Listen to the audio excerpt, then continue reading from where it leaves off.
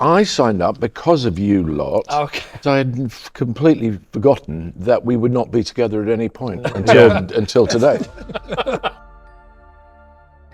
I'm Hugh, and I play Dumbledore. I'm Riz Ahmed, and I'm the voice of Professor Snape. I am Matthew Macfadyen, and I am the voice of Lord Voldemort. I'm Daniel Mays, and I'm the voice of Dobby. I think you just sort of jump in and hope for the best. And also, if the writing's good, and it is, then it sort of looks after you, I suppose. I think the thought of doing it is quite daunting, but actually once you jump in and start shouting and waving hands around, it's like jumping on a wave and letting it take you. That's the idea, I suppose. That's very poetic, and I can't match it. But I found the on the other hand, I prepared for about 2 years. Right. You went full method. I did. I agree. The thing takes on its own momentum, and you just sort of go with it. And also, you just try and imagine. I did mine quite late on, so I got to hear you guys. Oh, did you? Yeah, Okay. I sometimes asked to hear what you'd done to help inform what I was doing. Then it just became really distractingly good, so I just asked them to not. Can you not do that again? No more it's putting cue, me yeah. off. Yeah. God, I feel slightly exposed now. I found all the physical efforts hard, all the grunting, and you sort of feel ridiculous in the booth with sort of going. Every little walk, every run, every gesture, every time you're casting a spell, you have to get that body movement in there as well. And they've been so particular in this production to just try and make sure it has that authenticity of movement, so it feels real in that way. The listener knows when the movement isn't there, and immediately the brain just goes, well, that's not happening. That's all right, yeah. Our hearing is incredibly sophisticated, and we can tell distance and who's moving in which direction. Are they picking something up or putting something on a shelf or whatever it is? The amount of ADR we've all done as actors, that in a way is great training for audiobooks. Yeah. What I'm wearing. Yeah. Right? Yeah.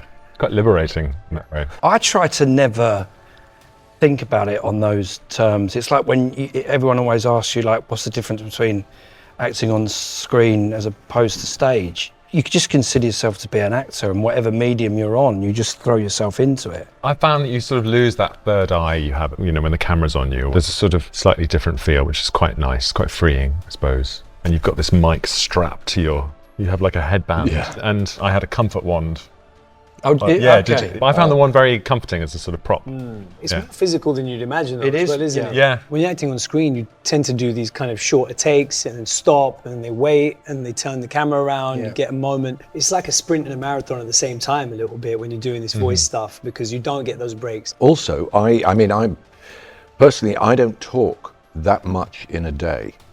No. I mean, I just don't. I say 100 words in a day, and then you have to do 10,000. I started to get a bit drunk. I mean, I hyperventilated. I was just, I had to blow into a brown paper bag. The worst is when they ask you to do breaths. Yes, exactly. They say, you need to sit down for this. And I was like, why would I sit down? And you do a round of breaths and you think you're going to faint. Bring the chair in. Someone position me onto the chair. Because you're just before you know it, you're lightheaded. Just how high Dobby's voice is. Same. Why has he got such a high voice? That was my choice, I think. Every time Voldemort's introduced, it's like a cold, high voice rang out, or he said a cold, high voice. So I started quite sort of as I wanted to play, and then our director was like, no, it has to be much higher. And colder. But mainly higher. So I was sort of like, it was a lot of like, Harry Potter, even higher. I was perfect right away, but listening to Hugh's takes, they definitely evolved. There was a sort of silence, and then a feeling that this was beyond saving. No, in all seriousness, I'll say that I think I started off with, incredible Alan Rickman in my mind, but I think as it progressed, I think what the directors encouraged me to do was to kind of bring it a bit closer to myself, and that's very liberating, because you do kind of revere these characters. They're so iconic. You kind of sometimes think about going to another place to play them, but whether they've got a high voice or not, I think actually what's interesting is kind of bringing some of yourself to them. So that was the journey for me anyway. Definitely Hermione. I was going to say Hermione. I don't know. I never even thought about that. No, me either. Yeah, you kind of take what you're given, and then you kind of commit to it, and then you kind of see yourself in it, and that kind of thing. So yeah, no, kind of like you said. I mean, part of the reason I signed up was to be in such great company. If anything, it's that really helps me to have in my mind, okay, that's going to be Hugh, that's going to be Matthew, that's going to be Danny. I'd love to have a go at Hagrid.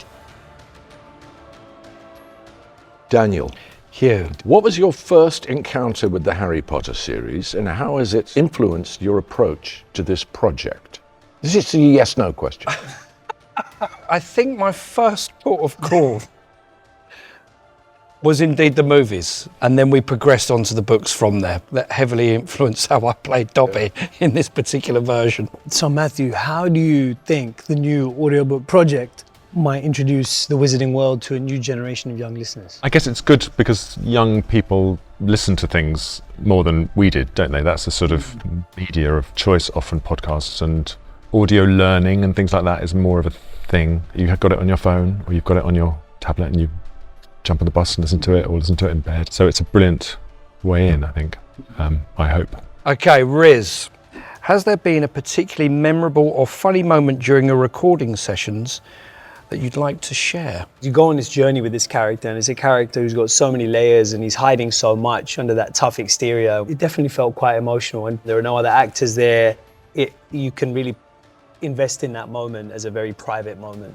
So I think that stayed with me. Hugh, if you could have any spell, potion, or magical object from the wizarding world in real life, which would you choose and how would you use it? For example, would you pick the invisibility cloak, or the time turner, or the Felix Felicis potion? The time turner, I think. And why?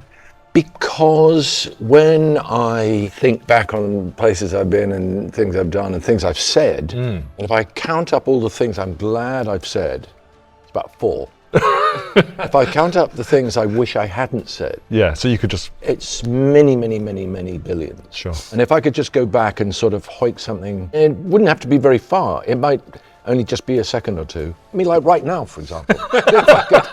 if I could just... and start again. We're all portraying iconic characters. What's been the most interesting aspect of bringing your character to life through voice alone? It's been something quite revealing, I think, kind of on an emotional level, being able to kind of spend that time with these words and with this character without cameras rolling, without even, having any other actors there. I completely agree. I mean, it's so weird to think that we probably, I don't know if we all had the same setup, but 3-4 people in the booth, that was it, to make the whole thing. But you're right, it's so much more intimate and so much more condensed in a way. It's amazing. This is Harry Potter. Like you've never heard it before. Listen on Audible.